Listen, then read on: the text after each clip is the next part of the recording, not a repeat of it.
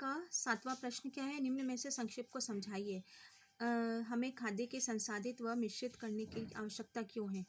कारण, पहली चीज़ है, प्राचीन काल में फसल काटने के अनाजों को सुखा लिया जाता था, इससे उसका सुरक्षा काल बढ़ जाता था। अतः खाद्य को सुरक्षा काल को बढ़ाने के लिए अपने संसाधित व परिरक्षित करने की आवश्यकता होती है।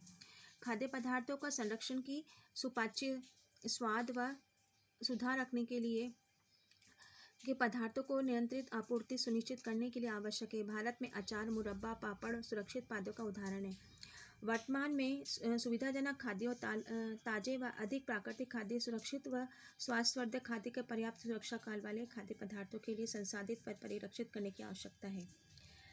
खाद्य पदार्थ को किन कारणों के कारण खराब हो जाते हैं? मानव उपयोग के लिए अनुपयुक्त बन जाते हैं। खाद्य पदार्थ भौतिक, रासायनिक व जैविक रूपों में खराब हो जाते हैं। खाद्य के विकृत होने के उसका नष्ट हो जाता है, दुर्गंध आ जाती है, बनावट नष्ट हो जाती है, रंग बिगड़ जाता है, भिन्न स्तर पर पोषण मान में कमी आ जाती है, सौंदर्य बोध की कमी आ जाती है, उपयोग के लिए अनुपयुक्त, असुरक्षित होना। कारण क्या है?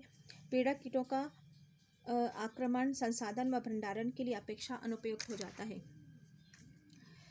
ताप पर प्रकाश व अन्य विकिरण, ऑक्सीजन की नमी, अत्यधिक प्रभाव से खाद्य पदार्थ सूक्ष्मजीव, जीवाणु, यीस्ट और फफूंदी और पीड़कनाशकों जैसे रसायन के संदूषक हो जाते हैं। खाद्य पदार्थ प्राकृतिक रूप से उपस्थित एंजाइम, व्रत, प्रोटीन के और रासायनिक अभिक्रियाओं के त्वरित करने के लिए प्राकृतिक उत्प्रेरकों का काम करते हैं।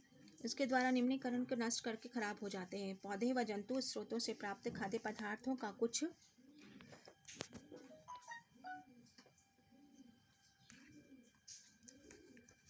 कुछ अवयव फसल काटने या पशु वध के तुरंत बाद भौतिक रासायनिक परिवर्तन हो जाते हैं, जो खाद्य पदार्थ की गुणवत्ता को बदल देते हैं। खाद्य पदार्थ के खराब होने के कारण सामान्य जीवाणु होते हैं। जीवाणु के विकास और वृद्धि के लिए कौन सी 4 परिस्थितियां आवश्यक होती है? खाद्य पदार्थ को खराब होने के जीवाणु के अनुकूल परिस्थितियों बहुत जल्दी बढ़ते हैं, जीवाणु के विकास में वृद्धि करते हैं। पोषक तत्वों में उपलब्धता, नमी, पीएच, ऑक्सीजन स्तर, रोधक पदार्थों और जैसे प्रतिजैविक उपस्थिति अनुपस्थिति। खाद्य पदार्थ के मूल रूप से उपस्थित एंजाइम की गतिविधियां पीएच के ताप पर निर्भर करती है। ताजे फल सब्जियों की उपस्थिति ऑक्सीकरण एंजाइम के लिए ग्लूकोज का उपापचय हेतु ऑक्सीजन का उपयोग करना जारी रहता है और फलों और सब्जियों की शेल्फ काल भी कम कर देता है।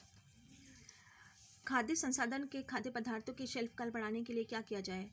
ऊष्मा का अनुप्रयोग, जल को हटाना, भंडारण के समय ताप को कम करना, पीएच कम करना, ऑक्सीजन, कार्बन डाइऑक्साइड की उपलब्धता पर नियंत्रण रखना। खाद्य विनिर्माताओं के रूप में यह एक कानूनी आवश्यकता। उत्पादक का लेबल लगाए जाने, लेबलों का उपभोक्ताओं को दी जाने वाली सूचनाओं की सूची, उत्पादों का नाम और फोटो, विनिर्माता का नाम और पता, उत्पादक के काम के लिए गए मूल तत्व और उसकी मात्रा, पोषक तत्वों की मान संबंधी सूचना, उत्पादक के विनिर्माण की तिथि, उत्पाद के सुरक्षित रखने के लिए काल के सब खराब होने जाने की तिथि, इसके उपयोग में लाने के लिए तरीका और उपयोग में लाने की मात्रा, बच्चों, युवकों, वृद्धों के लिए उत्पादों के सुरक्षित रखने के लिए किस प्रकार वातावरण रखें। लेबल पर दी गई पोषक तत्वों के लिए संबंधित सूचनाओं की उपयोगी। लेबल पर दी गई पोषक तत्वों की मान संबंधी सूचना इस दृष्टि से उपयोगी होता है कि इस उत्पाद पे कौन कौन से पोषक तत्व किस मात्रा में मिलाए जाए। इसके आधार पर उपभोक्ता की आवश्यकता समझा जाए। खाद्य विशेष की मात्रा देखकर उपयुक्त उपभोक्ता को इस उपभोग करने के लिए सलाह देता है और वह उसकी लेने की मात्रा पर निर्धारित कर देता है। 10+2 परीक्षा पास करने के बाद खाद्य पदार्थ संसाधन प्रौद्योगिकी के क्षेत्र में व्यवस्था क्या क्या अवसर उपलब्ध कराती है?